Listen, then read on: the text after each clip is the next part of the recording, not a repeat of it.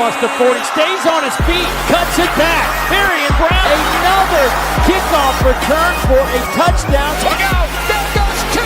No flags! Touchdown! Howard in trouble! Incomplete! And the Michigan Wolverines will shock the college football world! Time coming off. Howard's going to run for it. Time runs out. And that'll do it. Oh, my goodness. Welcome to the Big Ten, Oregon. They storm the field at Austin. He handed it off to Love, who stays on his feet. Love is in the end zone. Notre Dame has won the Orange Bowl, and Marcus Freeman is taking them to the championship game.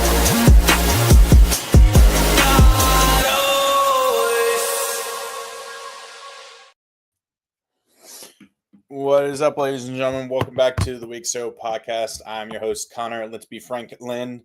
We have Ryan, who is still afraid and pissed off, and thus is unwilling to show his face to the world. I feel like you almost electronically put like a veil over you, like a funeral veil. You know, can't show your face. It's all blacked out. That way, for the end of Notre Dame's football season, because they decided to not grace us with the incredidible opportunity of seeing them to play in the the Pop-Tarts Bowl. Yeah, they grace everybody with their presence against BYU in a Pop-Tarts Bowl that doesn't matter. They really okay. Before we get into it, they really do need to make it to where they have to try, and I do think we're on this path to try and make the bowls more important, or at least try and force teams to play in bowl games. I feel like we're on our way to maybe an NIT kind of situation with like some of the lower class but popular bowl games. You know what I mean? Yeah. So I don't know. That would be really weird, but that's about the only way I think most people can agree that they can see bowl games kind of remaining somewhat relevant, because they used to be really important. They used to be a lot of fun a decade ago. Obviously, now NIL teams opting out, especially if they have players who are potentially NFL bound. So Ryan, of course, I'm your host, Connor. Ryan hiding his face in shame. Ryan, it's been a week. Yes, it's been a week. Are you still going to be watching football, or are you not watching football like you claim? No, so I've changed up a little bit. I'm going to watch my Broncos because they are the only thing that gives me joy in this life.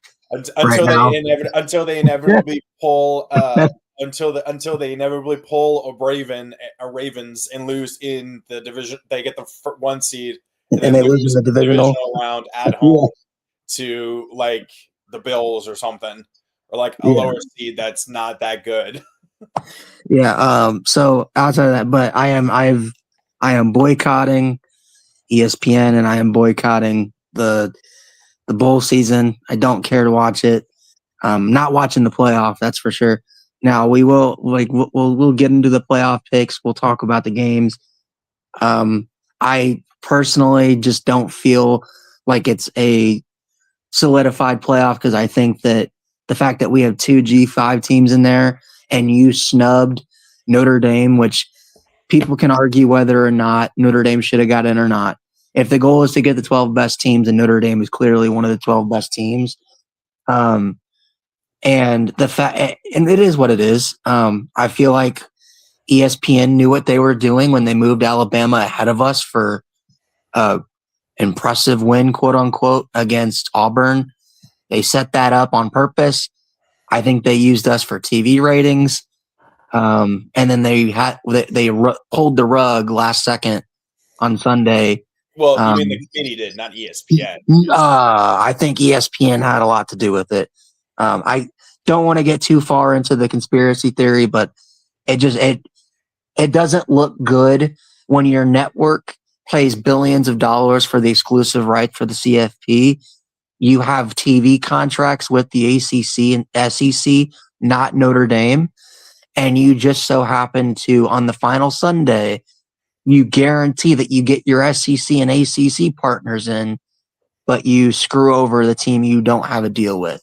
It just looks optically bad. If they would have had it right the first place, where they had Miami ahead of Notre Dame, then okay, cool. But the fact they did it the way that they did it, it feels like they used Notre Dame for ratings, because they knew that if we went in a championship weekend with it set, Miami and Alabama, that people wouldn't watch the selection show on Sunday. It makes too much sense. And the optics make it look so bad. And the fact that afterwards, every ESPN commentator blasting Notre Dame for not playing the bowl game. Meanwhile, everybody else that works for every other network, CBS, Fox, NBC, we understand why Notre Dame didn't play. We think Notre Dame should have been in over Bama. It just makes too much sense when the only network that's trashing Notre Dame is the one that has the deal with the playoff committee and the deal with the SEC and ACC. It just makes too much sense. It's hard for me to believe that these commentators and people can be unbiased when they're getting their paychecks from ESPN, who is getting their paychecks from these conferences and other places. So I don't know how you feel. Like I said, I didn't get to watch your guys' reaction, but I felt like what happened and the way it went down is more of why we're pissed off than just the fact that Notre Dame's not in the playoff. Yeah. Okay. So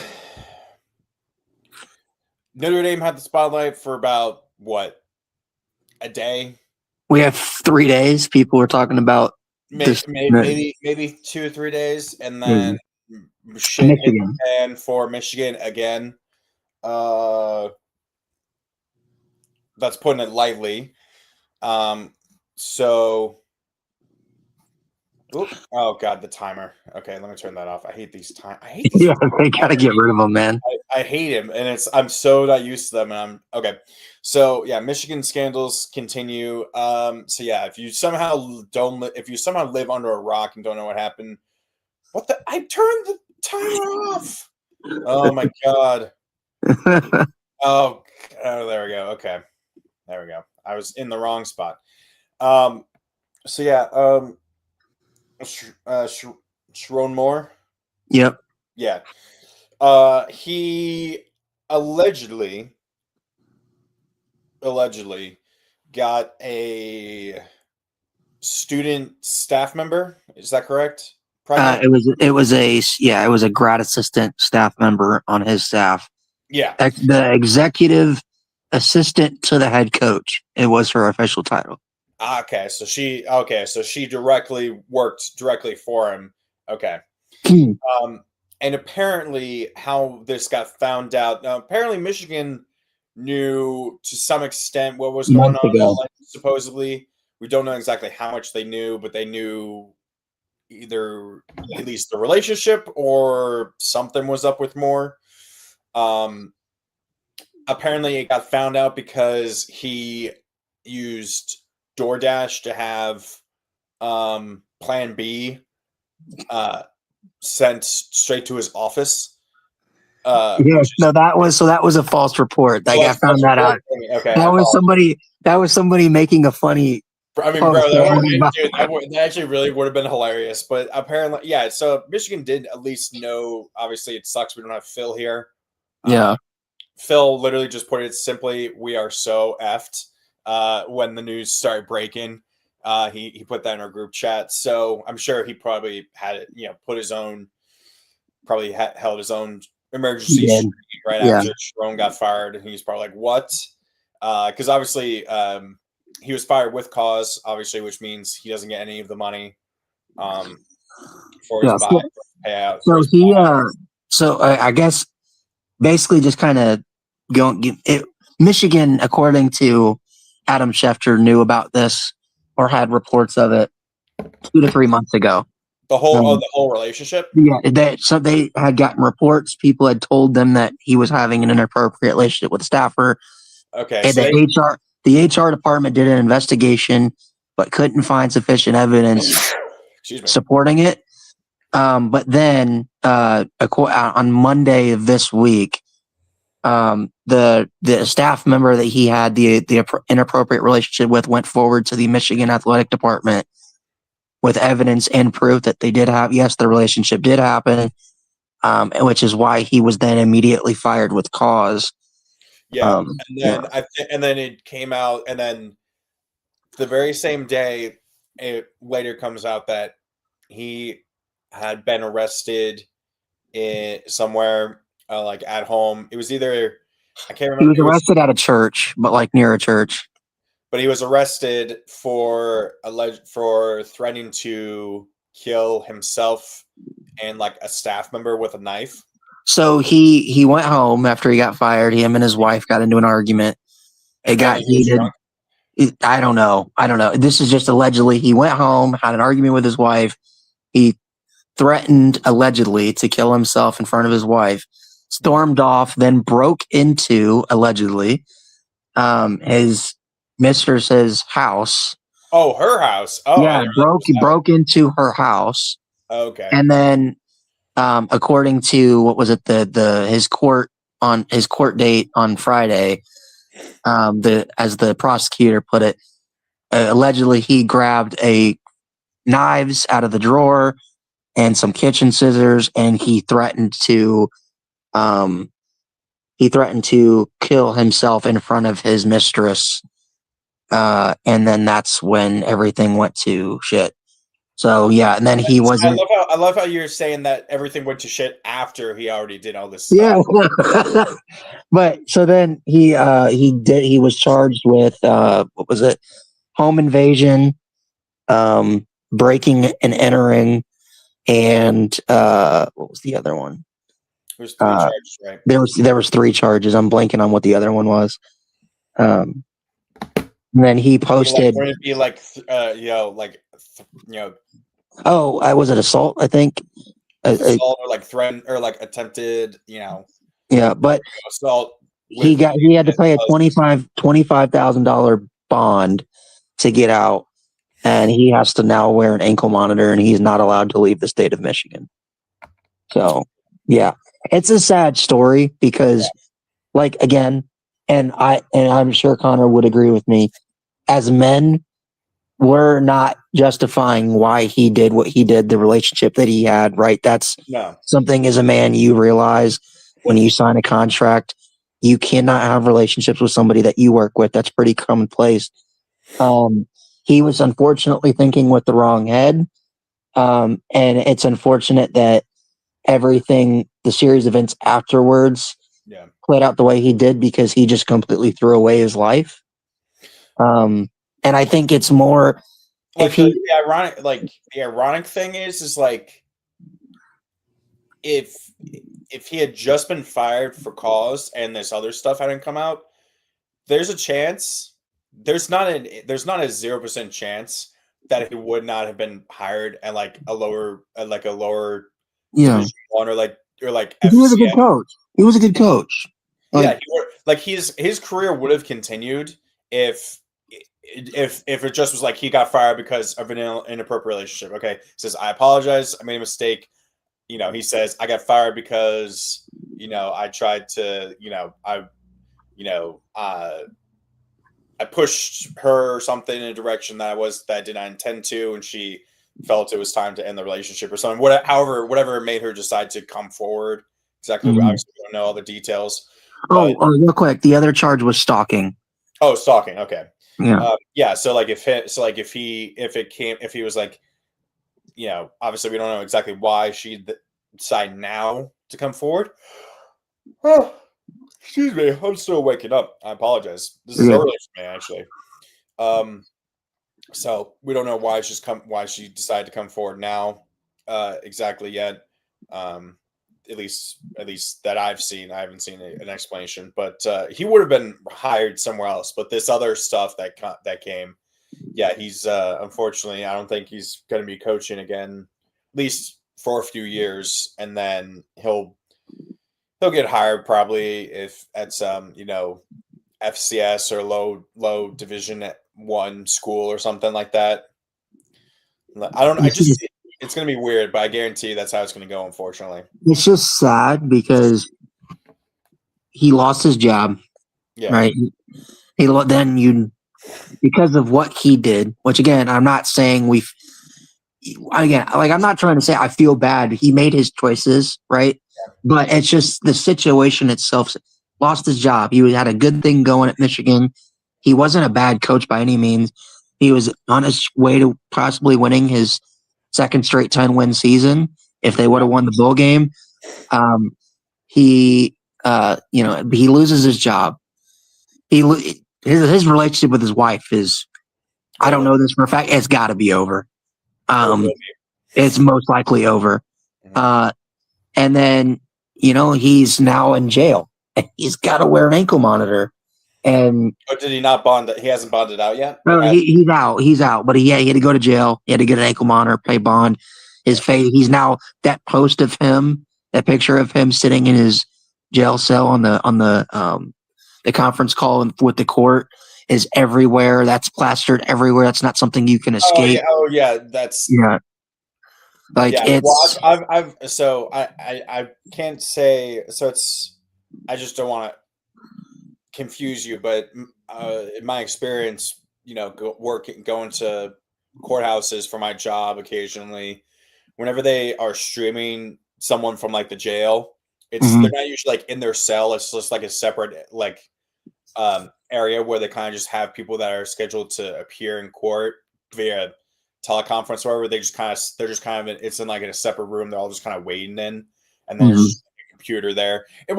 It can all be a little different, but that's my experience. So it's probably just him. That's probably just him somewhere else in the jail, but it's not like him in the jail cell. That would be so. But anyway, I didn't want to. But yeah, no, it's a sad thing.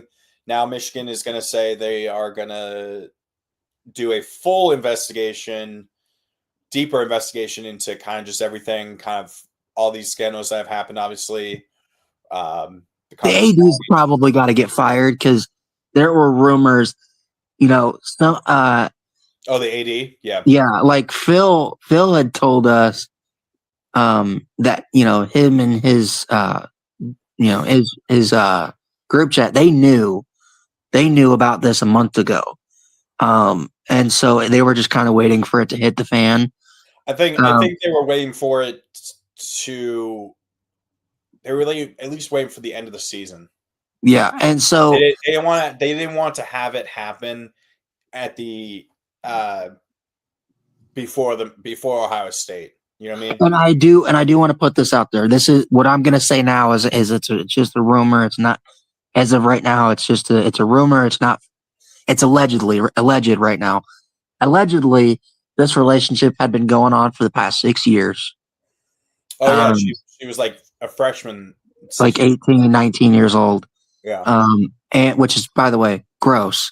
I get it's legal, but it's just gross. Technically not illegal, but still gross. Yeah, it's It's the age gap. And then the fact that it allegedly, the athletic director knew about this relationship for a decent amount of time and let it go on. If that's true, again, I'm sure that's probably very hard to prove. Yeah. When somebody knew, it makes you wonder if it's been going on that long. Did Harbaugh know that this was going on? He yelled that he was incompetent, that he didn't know about the sign stealing thing. So, I'd imagine that would also be his same defense for this thing if it was true. But it's a very bad look for the University of Michigan, especially if that comes out that they did know this was going on for as long as it did.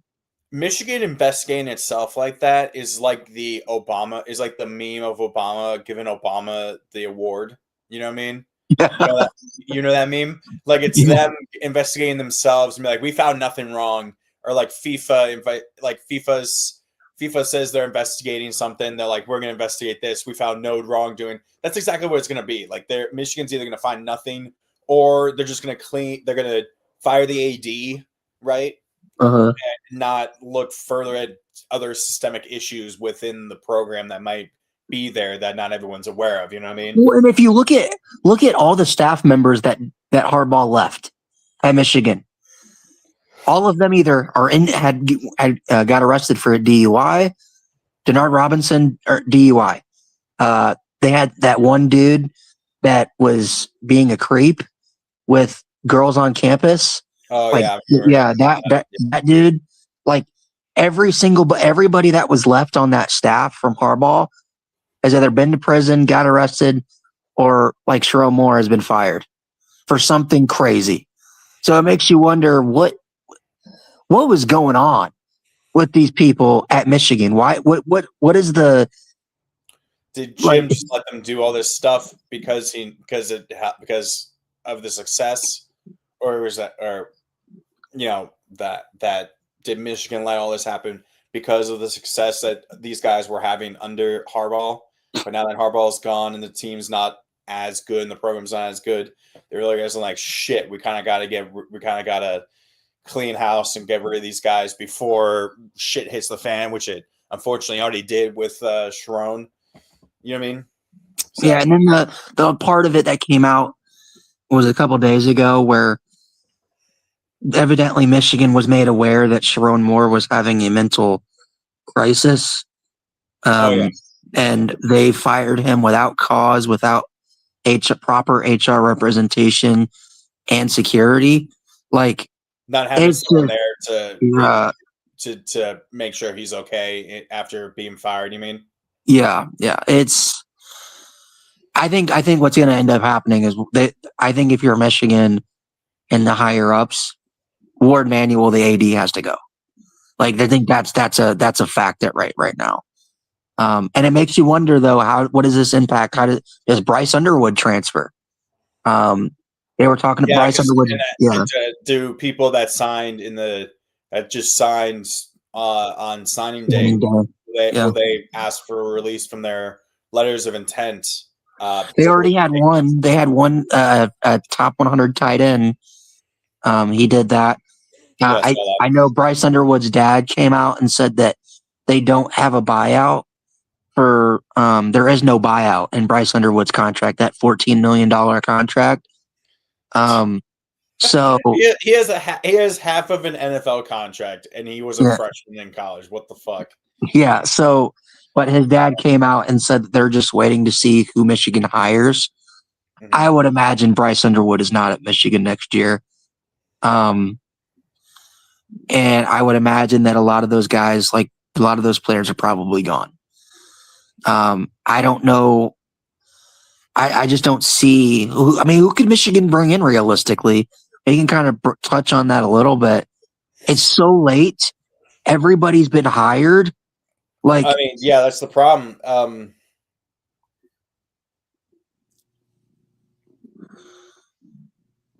The problem is like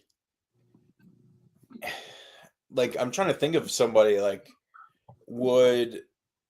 unfortunately, I don't think this would happen because I feel like some teams in the NFL are going to go for this guy, despite his relationship with Jim Harbaugh that he has had and currently has. Whether Jesse Minter, the current DC of the Chargers, whether he would go because I think he followed Harbaugh from college. He can't. Minter can't. He's with the NCAA thing against Michigan. Minter and Harbaugh, I believe, both have what's that where you're not allowed to come back and coach. Oh, like blacklisted. Yeah. Oh, I didn't know that. Yeah. Okay. So yeah. Okay. Never mind then. I guess Minter's one of the people that the Ravens are gonna look at if they fired John Harbaugh. No, that's who it is. Ravens fired John Harbaugh. He goes to Michigan. Michigan doesn't have Harbaugh. I was thinking though. I don't know. Michigan fans think Kalen DeBoer. I don't think Kalen DeBoer. That would be. Alabama fans. There's some crazy ones out there that think he already should be fired because they are magically not as good as Saban is when no coach is at all. Saban. Yeah. So Alabama fans just need to get over the fact that they're just never ever going to be what they were probably under any coach, and that unfortunately their dynasty is definitely dead and has been dead. So they need to just get their heads out of their asses and just accept that 9 to 10 wins, maybe an 11-win season, but not winning a championship is definitely a possibility. It's okay. It's totally okay. You're back to what most good programs are used to, unfortunately. Just good, not great. So get the fuck over it yourselves. I don't think DeBoer would leave. I think that would be a step down. And two, he's playing in the playoff right now. Yeah. I think he's solidified at Bama. I do think it's interesting. And the ironic thing, and this will piss you off based on what happened, but it's almost because it's Bama, he's almost more likely guaranteed a playoff spot than Michigan. You know what I mean? Yeah. And I also, as long as they get to 9-10 wins a season, they're guaranteed. You know what I mean? So. Yeah, the interesting one out there is Brian Kelly. Because he's the only one that's not coaching. Oh my God. And that would be fucking hilarious. Oh, man. And Michigan fans don't want that, but it's so late in the cycle. I mean, and you probably wouldn't have to give Brian Kelly a lot because of the buyout with LSU. What's funny is I guarantee you there were some Michigan fans that would be like, man, if we had fired Sharon sooner, we could have gotten a Matt Campbell or like a James Franklin or something. Now they probably wouldn't want Franklin, but they could have gotten like a Matt Campbell or someone who's like a really popular suggested choice for an upgrade at head coach and at most Power 4 schools. You know what I mean? Yeah, I've also heard Kenny Dillingham's name be mentioned. I don't think Dillingham I think he and Arizona State are agreeing to. I don't think he's leaving there. What about Kyle Dillingham? Because he's stepping down at Utah. Kyle Whittingham? No, I think he's done. Yeah. You think he's just straight retiring? Yeah. Okay. So. Yeah, it'll be interesting to see what they do. Yep. So, real quick before we go onto the bowl games, which we've got to kind of get through quickly. Yeah. Bowl opt-outs. Obviously, we know about Notre Dame. Who else did it? There was another team that there were 9 other teams that did it. There was a team that was like 8-4 or something that opted out. There were a lot of teams that did it because they lost their head coach. Florida State, I believe, was the only one. Yeah, Iowa State was one of them, right? Iowa State, yeah, Iowa State was one of them. I just think it's something that, ironically enough, Notre Dame is going to be the trendsetter for it going forward, because, like we talked about earlier, these bowl games don't mean anything anymore. It's not the same as it was in the 4-team playoff, where if you didn't get in, you still got to play for New Year's 6, which those New Year's 6 games hold meaning. Those games still mean something. Even before the playoff, they did. Even before the playoff, those things meant something. But then you had the second tier of the bowl games. The Sun Bowl, the Citrus Bowl, the Cheez-It Bowl, the Gator Bowl, Capital, whatever the Capital One Bowl is now, whichever one that one is. I can't remember which one it is. Kind of like the Belk Bowl, which is now the Duke's Mayo Bowl. Like those were like the second tier. That still meant something, and we're like, oh, you're like, here's a pretty good a Belk Bowl was like a good SEC team, a good top 4 or 5 SEC versus a good top 4 or 5 ACC team. You know what I mean? I think it's going to be one of those things. Like, if we all want to take a second, go back to 2017 when Christian McCaffrey was one of the first big athletes that said, yeah, I don't want to play in the bowl game. And he sat out. It was the Rose Bowl. It was the Rose Bowl, I believe. Yeah. And I remember people back then saying, shitting on Christian McCaffrey for it. And then it became commonplace where it's just now expected. I think Notre Dame set a precedent where, and the other teams as well, where if you don't have a head coach, you're not playing for a bowl game. if, with Notre Dame's case, if you're one of those teams that just missed the playoff and your aspiration was a national championship and playoff berth and you just missed it, I think we're gonna see teams start saying, "Yeah, I'm good. But the I problem don't is like care." the problem is like if you're a team like Notre Dame's case, yes, it's definitely weird. But if you're just like a team, like for example, if you're Notre Dame, what were they? They were like what 9th or 10th ranked. We were 11th at the end. We were 11th. Yeah. Okay, so yeah, if you were like if you were just an 11th like that, but if you're not like a Notre Dame, you're another team or something, and unfortunately you miss out because of circumstances needing the championships and stuff. Throwing a hissy fit is a little ridiculous like that. Like yeah, unfortunately, I'm not saying this just specifically about Notre Dame, but like opting out just because you didn't make it in a spot where you might not have had a good chance to win a natty anyway is a little ridiculous. I think, though, overall, the NCAA or whoever needs to find a way to try and make these bowl games more important.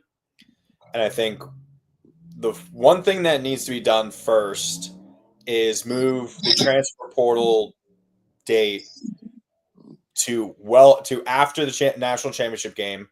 That way you can't even announce as you're entering the transfer portal until after the season's done, and then the portal opens like a week later in mid to late January or whatever. That way, sure, players might not practice and stuff, but that way at least teams can keep their good players, hopefully, if they want to stay. Two, unfortunately, I've been seeing this an idea going around is possible college football equivalent of the NIT, just like a second tier championship with in the bowl games as those games, right? I still think though, you would have the best players on those teams probably sit out because you still have that in the NIT and basketball. It's one of those things. I think you need to incentivize. You need to pay these players more than what you're paying them to play in the bowl game. Hey, we win the bowl game, you get $100,000 or like $250,000 or something. Yeah, kind of like the Players Era Championship they did in basketball, the tournament they do. Even in the NFL, or like NFL professional sports have it where, at least especially in baseball, your team, if the further your team goes in the playoffs, if you made it, the more money you get from your revenue, from the share of the revenue from ticket sales, TV rights, and stuff like that. Plus, obviously, a lot of teams, a lot of players will have possible bonuses for winning a pennant, winning a championship in whatever sport they're in, right? So, just make it to where like, hey, flat, across the team, it's going to cost a lot of money. It's going to cost unfortunately, quite a lot of money. But hey, every single player, if we play in a bowl game and we win, if we get to a bowl game, $50,000 just extra. We win it, $150,000, right? If you get a New Year's Six bowl game, obviously making the playoff, you get $250,000, right? Win a natty, you get $1 million or something. Now that's gonna be hard that's probably too much for all the players, but for like the top tier guys that you would want to keep, maybe you can throw that in their contracts and stuff like that. Maybe. Yeah, and also again, I don't blame Notre Dame for doing it, right? Because I think that it was more about the process. And another thing that was dumb is you're dealing with 18 to 22-year-olds, and this was a unanimous decision by the team. It wasn't up to Freeman or AD, but the team had a meeting right after the rankings came out. They were all pissed off. They were hurt, and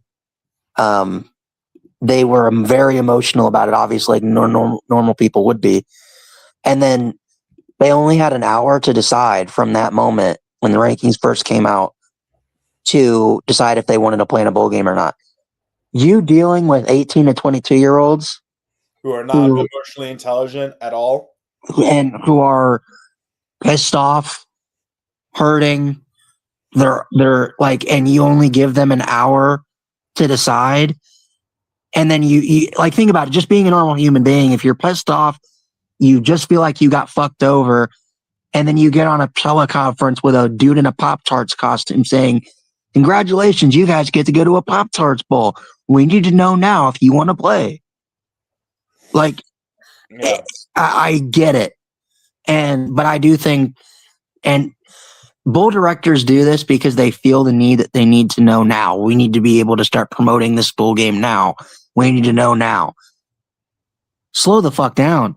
Let these kids have 24 to 48 hours to talk amongst themselves, get their emotions out of it, get their mind, get their mind cleared, and then let them have that time, and then ask them if they want to do it.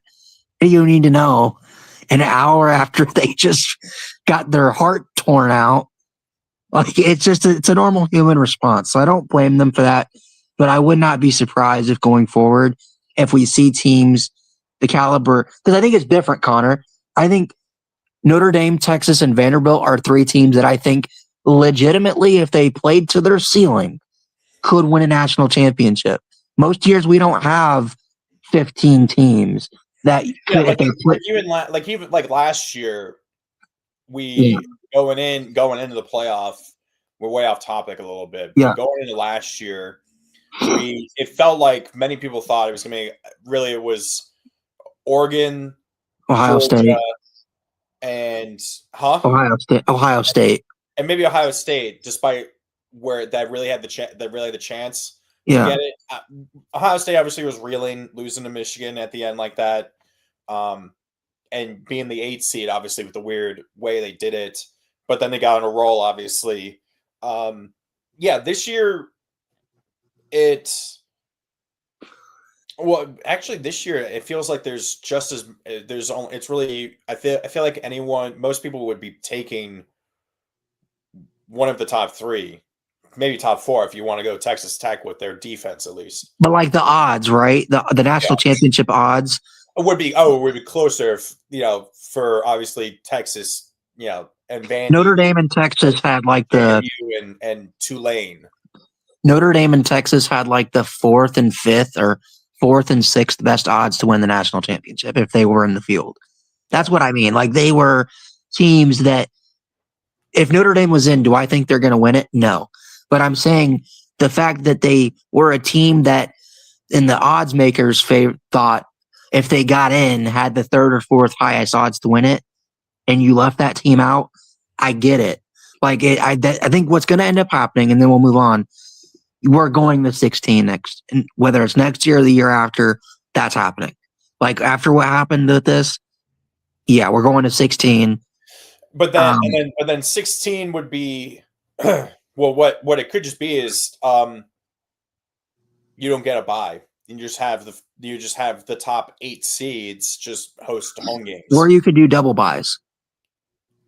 That I don't think is a good idea, because I feel like we've seen what happens when the teams, because it's already a long enough break as it is for it already was a long enough break for the top seeds last year. That was already like with the bye plus the extra week or something. It was like 2-3 weeks off, and every single team that had the bye, they all lost, and all of them kind of convincingly lost. So I feel like that would be the wrong mistake. I think I personally would rather just see the top 8 teams, right? You get a home playoff game, and I think that would be awesome, right? And incentivizes incentivizes the team to try and get to the top there, because then they can be like, we're the number 1 seed. Excuse me, Indiana, we're the number 1 seed. We get to host, incredibly, the number 16 seed, whoever, at home as like a night game or whatever. And we get a home playoff game. We get to show that off to the world, right? And I almost wonder too, with conference championship games, they just don't mean anything anymore. You get punted, like and they're unfair. It's like, look at BYU. They won 11-1 in a Power 4 conference. The only two losses they had, they got trounced both times by the same team. But I'm saying if you can't, I'm not saying that's a negative. Yeah, That's just you can't say conference champion. We're not going to punish you for playing in a conference championship and then punish everybody else for losing their conference championship game except the SEC. I think you're going to see. I would not be surprised if conference championship games went away going forward. They just have a crazy amount of tiebreakers, and it's just like regular season title winner. Yeah, and then you go to the playoff. Like I think it's going to get to that because eventually you're going to just be playing too many games. The season's going to draw on too long, and it would. And honestly, what's crazy is that it's just the way the schedule's laid out is like these. I get it, these are young kids, but over the course of a season, they're still playing less games. Even if they make the championship game, they're playing less games than a single NFL regular season schedule. So, like, I get it. There's more kids. I get it. They're not as good as the guys in the NFL already, but already NFL players are complaining about the season's going to be getting too long, and some people want a second bye week for the NFL. College already has 2, sometimes 3 bye weeks for some teams I've seen. Like Navy had 3 byes this year, obviously because they get the championship game off, championship week off, so that's kind of like a 4th. So like I get it. I feel like they need to cut down a little bit if they need to do it. I get it. It's dangerous, but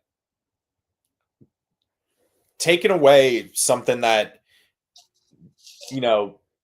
teams like not every team unfortunately is going to be striving for a national championship at the beginning of every season. Like, sure, you want to think that way, but that's not usually what many programs are going to be doing. They'll be like, let's get to a bowl game. Let's try and contend for an ACC, Big Ten, SEC, Big 12 championship, and being able to play in that championship. Like, hey, we made the championship game. Maybe we won it, and then that does guarantee us to get to the playoff, or we at least made it.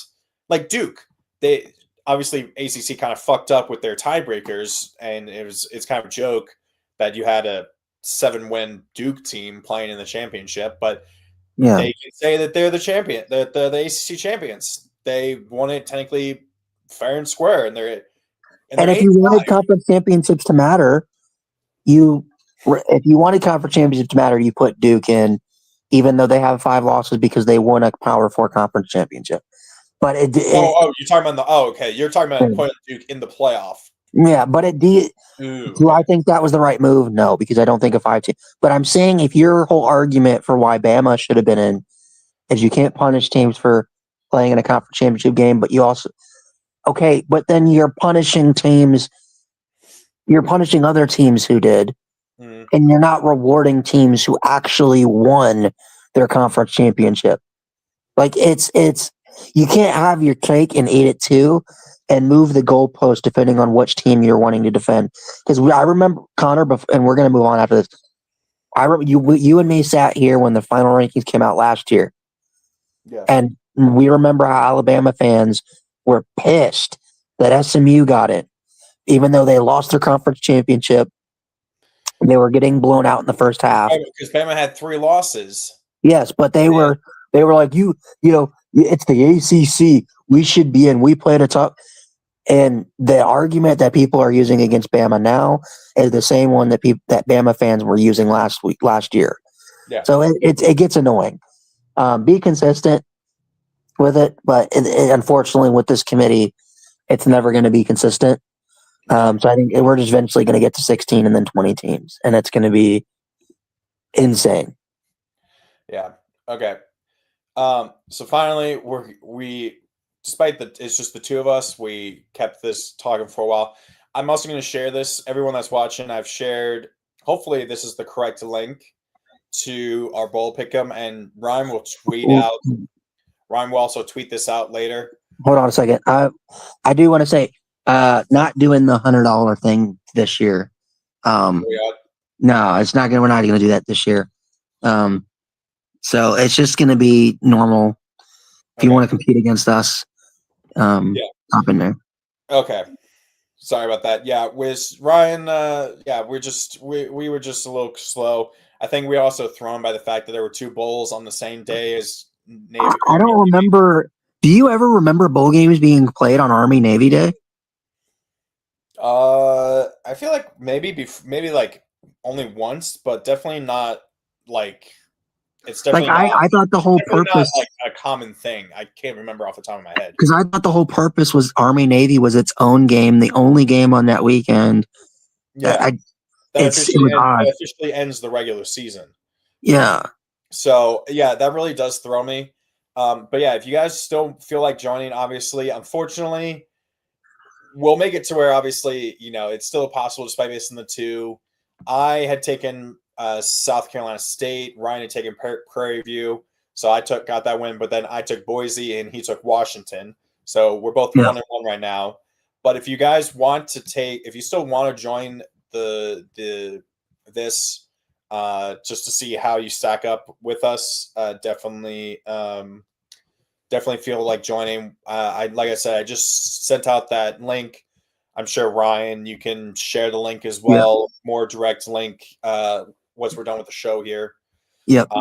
We're gonna try and get through this quickly because I have to get ready for work in a little bit. So I'm just kind of doing what I already did my picks, so I'm not gonna keep these saved once I'm done. But so right now we have the Salute to Veterans Bowl, Troy, who looks like they're the favorite, versus Jacksonville State. I took Jacksonville State. Okay. I took the Trojans. Never trust the Trojan. Yeah. No, I do trust them. So we got the Staff DNA Cure Bowl. It's so weird how some of the names of these bowl games have become. You know what I mean? Mm-hmm. We have the Old Dominion Monarchs versus South Florida Bulls. South Florida is very much an overwhelming favorite, it looks like. And I think I took Old Dominion, I believe. Their quarterback going to VT. Huh? Going to VT. I can't tell if you're being serious or not. No, I just think that's where he's going to end up. Colton Joseph? Yeah, I think he's going to VT. Well, that'd be kind of fun. That'd be hilarious after we got a 4-star quarterback recruit. But yeah, but the reason why I think people aren't taking Old Dominion more is because he's hit the transfer portal, so he's not playing this game, unfortunately. Well, then I might change my pick to South Florida. He's not playing, and obviously he kind of helped carry you guys to a championship, so, or at least to a title. So yeah. Okay. So we got Louisiana, the Raging Cajun versus our team, the Delaware Blue Hens. I'm thinking Delaware, of course. Give me Delaware. Yes. The Blue Hens, man. That is shout out the first Week 0 podcast team of the year team to play for a bowl game. Yes. Yeah. We got the Myrtle Beach Bowl, which is actually that's an hour and a half away from me. Maybe I can. That's on a Friday as well. Maybe I can secure some tickets to that myself. It's gonna be probably. Is that at Coastal Carolina? That sounds about right. It's probably like an hour and a half for me, so I'd be freezing my ass off. But it'd be kind of. You get free food. They have free food there, so it's free. Yeah, you didn't know that all the food at Coastal Carolina Stadium is free concessions. Cool. Now I just have to hopefully not deal with freezing my ass off too badly. So. But yeah, Kennesaw State versus Western Michigan. I wanted to take the Owls, but I ended up going with Western Michigan, our former running backs coach, Lance Taylor, the head coach there. Give me the Broncos.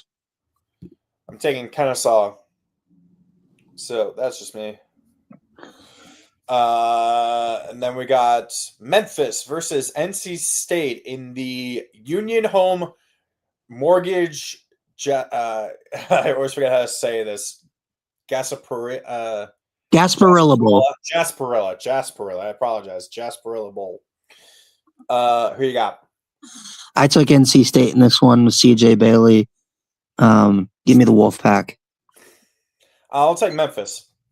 We got the first two first round playoff games. Actually, the first 4 games. Excuse me. Mhm. We have Alabama at Oklahoma, Yep. at Oklahoma specifically, making sure that that's very clear, obviously. I'm taking the Sooners to beat the absolute dog shit out of Alabama. Ty Simpson is hurt. By the way, And evidently Bama he's did have dealing. an offense, and Bama had no offense even before he was hurt. Yep, and he's dealing with a back injury. This is in Norman. Oklahoma has no fucking offense, but I think that At least they have a defense. yeah. So Yeah, give me the Sooners in that one. no, I'm taking the Sooners as well. Number 10, Miami at number 7, Texas A&M Aggies. We got The battle of the teams that beat Notre Dame. that's very true. The battle of the battle to determine who is Notre Dame's daddy. Yeah. Who gains custody of Notre Dame is the battle. I'm going with. It's going to be a close game because I think both of these teams are very good. But because it is at home at Kyle Field, I believe game day is going to be at this one. Give me A&M to win their first ever playoff game. Okay, so I just saw. So Oklahoma is the night game on Friday night. Then this is the noon game. Got it. Okay. Yeah, gig 'em. Then we got Tulane at Ole Miss. Ole Miss. Man, I really am wondering how. Connor, this game happened early in the season, and Ole Miss beat them by 40. It's a rematch. Give me Ole Miss. Okay, fine. And then the night game, JMU at Oregon. Did you see the play that happened, the practice from JMU where the offensive linemen this was like earlier this week or something. They were having two offensive linemen play each other, wide receiver, or defensive back. And the offensive lineman made a crazy cool kind of catch. I'm like, that's such good vibes for JMU.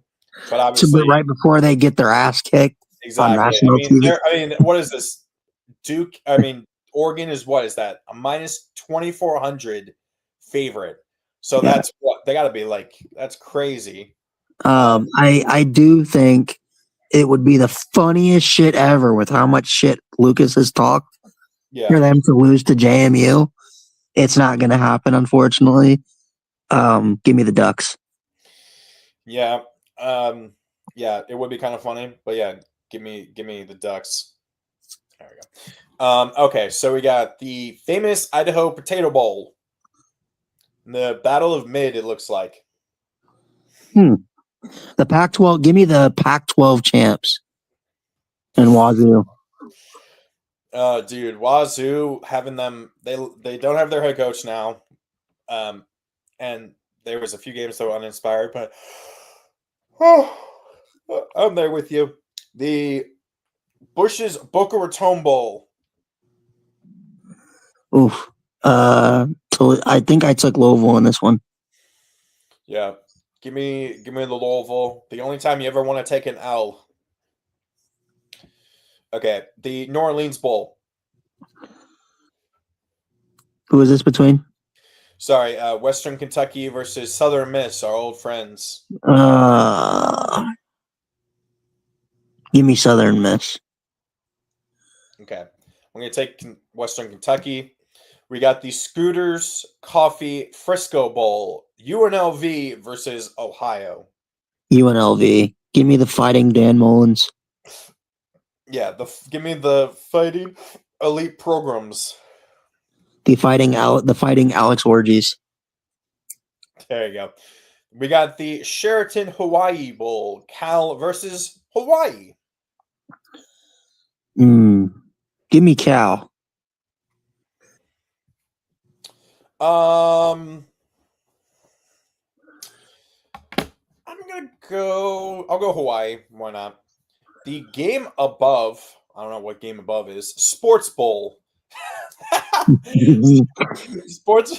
That's sports. Calling a bowl game the Sports Bowl sounds just like a generic like sitcom like I think or, this is like movie name for a bowl game when they don't have the licensing fees for it. They I just call think it, this hey, is we're playing in the the sports bowl. I think this is the like the old remember the Champs Sports Bowl? Oh yeah, Yeah, the champ. yeah. You're right. That makes sense. Okay. Give me Northwestern. Yeah, Northwestern. Okay, the Rate Bowl, which I think this used to be like the Mortgage Rate Bowl. Or It used to be the Guaranteed Rate Bowl. Yeah, they just dropped it down to Guaranteed Rate Rate Bowl. Bowl. I guess Guaranteed Rate decided to pull out. Yeah. Unlike Sharon Moore. No, never mind. Oh, dude, really going there that quickly? Seriously? Minnesota. Yeah, Minnesota. Okay, the Serve Pro First Responders Bowl. Who's playing in it? Sorry, Florida International versus UTSA. Oh Jesus. Give me UTSA. Yeah, I'm gonna take UTSA. The Go Bowling. I swear this used to have a different sponsor, even as short as just last year. The Go Bowling Military Bowl played at Navy's home stadium in Annapolis. So I've been to quite a few of these. It is Pittsburgh versus Give me Pitt. Yeah, Pitt versus ECU. I'll take Pitt. The Bad Boy Mowers Bowl at Yankee Stadium. We get the battle of the two teams that were the national championship favorites heading into the season. Yeah, we have Penn State versus Clemson. Dude, both of these teams, man. Do you think both these teams, and at the beginning of the season when they were both number 2 and was it number 4? Like, hey, you're playing in a bowl game. Where? New York City. Oh, in life? No, it's the Pinstripe Bowl. People would have called you nuts for having these two teams playing in the Pinstripe Bowl. That's right. That's very true. Give me. I don't know because I don't think Cade's probably not playing in this game. I'm gonna go Penn State because it'll probably be a de facto Penn State home game. That's probably true. And I've been to this bowl game once. I was freezing my ass off. It was not exactly the most fun because Virginia Tech got their asses handed to them by Maryland of all teams. And so yeah. I'm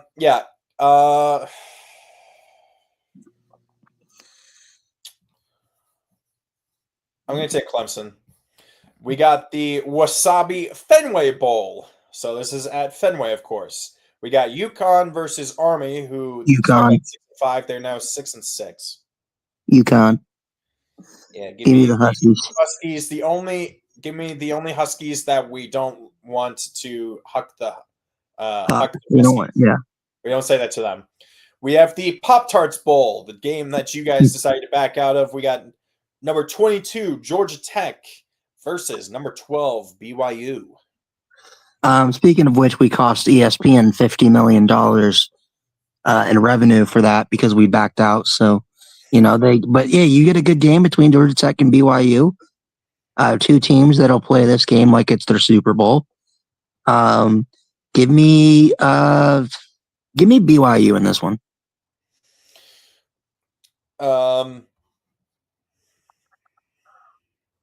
Weirdly enough, I'll take Georgia Tech because Georgia Tech will depends on Is Haynes King playing? That's if he doesn't play, then probably no, because Georgia Tech has this really weird thing where they perform pretty well against ranked teams in there, like under Brent Pry. Brent Key. Yeah. They actually perform pretty well. They actually have they're 9-1 or something. The funny thing is but then they're just 500 or slightly worse under him against teams that are not ranked, which is kind of funny. So if King plays, I think they'll play up, but for now I'll take BYU. But I'm holding the right to change my pick as long as I do it obviously before the game starts. Yeah. That if it comes out that King is playing, I will change my pick. I think I'll have to go back to what I actually did before. Oh my God, the Snoop Dogg Arizona Bowl. I swear to God, if Snoop Dogg is not a guest commentator for this entire game, they've sorely missed out. This is Miami of Ohio versus Fresno State. Give me Fresno. Yeah, I'll take Fresno. Snoop Doggy Dog. Okay. We got the Isleta. I can't fully read that. New Mexico, the New Mexico Bowl. We got North Texas versus San Diego State. Give me North Texas, the Mean Green, the Fighting Drew Mestamakers. The Mean Green Fighting Machines. Yeah, give me Mean Green. The Tax Slayer Gator Bowl, number 19, Virginia versus Mizzou. Oof. Big oof. Give me Missouri. Yeah. I'm going to always pick against UVA anyway. So we got the Kinders, Texas Bowl, LSU versus number 21, Houston. LSU can't score 20 points, but their defense can also hold teams under 20 points. I think you're going to see the SEC difference. Give me LSU. LSU couldn't offense properly this year, so I'm going to take Houston. The J-Lab, the Birmingham Bowl, what used to be the nightmare of every mid SEC teams, what used to haunt their dreams, the Birmingham Bowl, now doesn't even have an SEC team in them. You have Georgia Southern, versus App State. 5 and I think 7. that's because the 5 and 7. I think Auburn backed out. Oh, okay, that makes sense. Yeah, so they had to. App State. Do you watch SEC Shorts? I don't. Oh my god, they used to jokingly make the Birmingham Bowl like the ugly duckling. They would do they did a skit where it was SEC teams go to the prom and their dates are the bowl games that they're going to. Mm-hmm. And the Birmingham Bowl is this. They unfortunately made this girl looks cartoonishly ugly. The big glasses, the crazy weirdly bright lipstick makeup. And everyone's just avoiding her like the plague. And then they did the same skit a few years later, and then they made the Birmingham Bowl super hot. It was just really funny. I'm sure it was super hot for App State since they weren't going to go down. But no, I'm taking Georgia Southern in that one. Yeah, I'll take Georgia Southern as well. Okay, so the Radiance Technologies Independence Bowl, Coastal Carolina versus Louisiana Tech. Ooh, give me Louisiana Tech. Coastal Carolina's without their head coach. Yeah. The Liberty Mutual Music City Bowl, Tennessee versus the Fighting Illini. Give me Tennessee because it's going to be a de facto home game. Yeah, Tennessee. You're right. The Valero Alamo Bowl, number 16, USC versus TCU. USC. Yeah, USC. The ReliaQuest Bowl, Iowa, number 23, Iowa versus number 14, Vandy. I don't know if Pavi is playing in this, but give me Vandy. Yeah, if Pavia plays, definitely I'd take Vandy. If he's not playing, I probably would switch actually to Iowa because at least their defense is pretty dang good. So, okay, Tony the Tiger, Sun Bowl, Arizona State versus Duke. This isn't. Well, give me Arizona State. That's all I gotta say. This is in El Paso, so it's kind of pretty close to a de facto home game for Arizona. Yeah, give me Arizona State. The Cheez-It. Wait, what? So there's the Cheez-It Citrus Bowl, and then there's the Cheez-It Bowl? Yeah. That's so stupid. Okay, we got number 18 Michigan versus number 13 Texas. I think Texas, right? Texas. Even if Moore was if Sharon was there, would you still take Michigan or no? I'd still take Texas. Okay, fair enough. I agree. Okay, the SRS Distribution Las Vegas Bowl, Nebraska versus Utah. This is kind of going to be a de facto home game for Utah as well. But they're missing their coach. Give me. Oh, he's going to coach in the game, so give me Utah. Yeah. Oh, yeah, he is. I wonder if the This must be at like the Raiders Stadium. It must be. Yeah.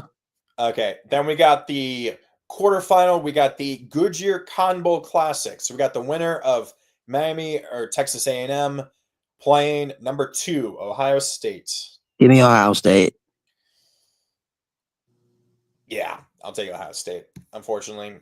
We got the next quarterfinal. We got the Capital One Orange Bowl, the winner of JMU and Oregon versus Texas Tech. Oregon.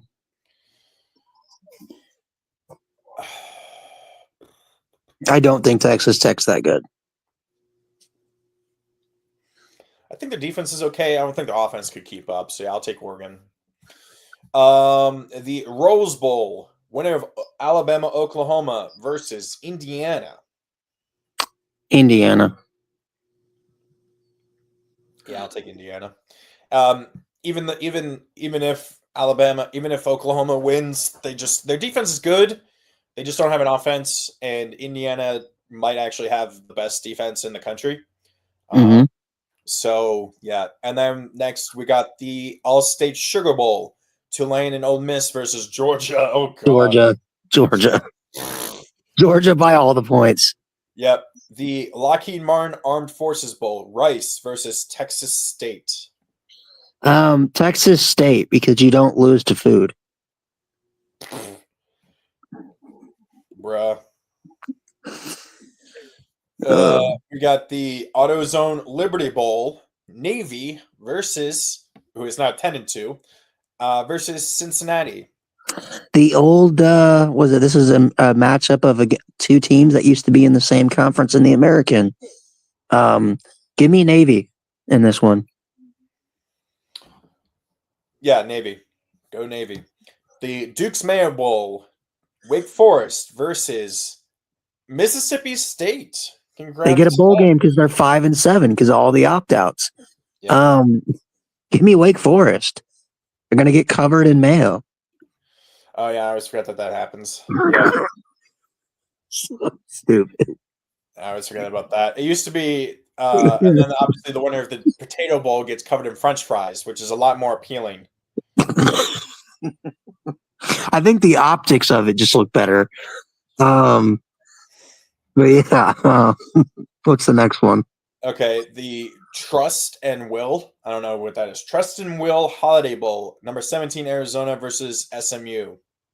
Oh, they were trying to take the Holiday Bowl to Saudi Arabia, by the way. So that was interesting. Give me it's SMU in Arizona. Give me Arizona. Yeah. Yep, Arizona. And then obviously we got the winner. So now the Fiesta Bowl, these are the semifinals. We got the winner of the Sugar Bowl, which would be which we have as Georgia versus the winner of the Cotton Bowl, which would be Ohio State. Georgia, yeah. Ohio State. Oof. Georgia, Ohio State. This is a hot take. Whoever wins this game wins the Natty. I'm taking Ohio State. Yeah, I'll take Ohio State. And then we got the Chick-fil-A Peach Bowl, which would be Indiana, Oregon. Indiana, Oregon. And a rematch.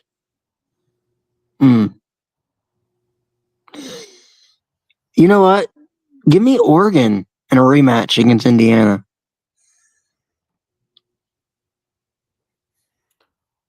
Oh, you got Oregon? Yeah, in a rematch. I got Indiana, and then we got Indiana versus Ohio State. And you have Oregon versus Ohio State. Yeah, I'm sorry. Ohio State's repeating as the national champs. Man, I really want to go for the winner of the Peach Bowl. I'm gonna go Indiana just because that'd be kind of cool. You just want somebody else other than Ohio State to win the national. Pretty much, but it would still be kind of funny because I know it'll piss off some SEC fans that a team like Indiana could win a natty. They'll be like, If this happens, this would be the third straight year an SEC team doesn't play for the Natty. Yep. Or not both obviously doesn't play and doesn't win, so that'd be hilarious. But dude, if Indiana wins a Natty in my lifetime before Notre Dame does, I'm gonna fucking lose it. Man, it would be. It's nice seeing a football powerhouse like Indiana win a championship. Maybe those sorry little Fighting Irish in South Bend need to follow their lead and figure it out. Yeah, already got enough of them calling us little bro, so you know. But yeah, so that's it for the bowl pick'ems. Yeah, so I shared the link. You'll share it as well. You'll tweet it out. Be sure to join it just to see who can do the best. Obviously, we do apologize. We didn't put it out 2 days ahead of time or earlier, so we missed out on 2 of them. But it should be a lot of fun. Obviously, we'll be kind of just following along. We'll still probably do shows on Fridays just to kind of maybe recap the bowl games that have been played. If there's anything interesting, obviously any other kind of interesting breaking. We have our award show next week. Oh, our award shows next week. Okay, cool. Yep. So, yeah, we'll see how that goes. But until then, guys, I am Connor. That is Ryan. This has been the Week So Podcast. We will see you guys later.